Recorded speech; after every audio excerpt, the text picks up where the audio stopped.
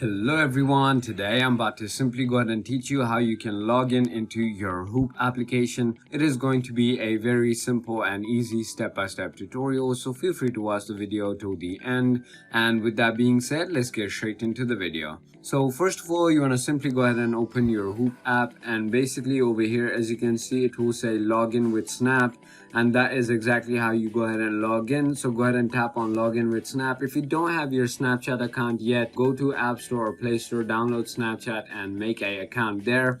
And if you want me to make a video on how to go ahead and make an account on Snapchat, comment down below. But if you don't have an account, simply tap on sign up down here and then go ahead and sign up for a Snapchat account. Or if you have a Snapchat account, what you want to do is simply go ahead and enter your username or email on the top, and then simply go ahead and enter your password on the bottom, and simply tap on login and your account should be logged in. So if you thought this video was informational, feel free to hit that subscribe button, hit that like button, and thank you for watching.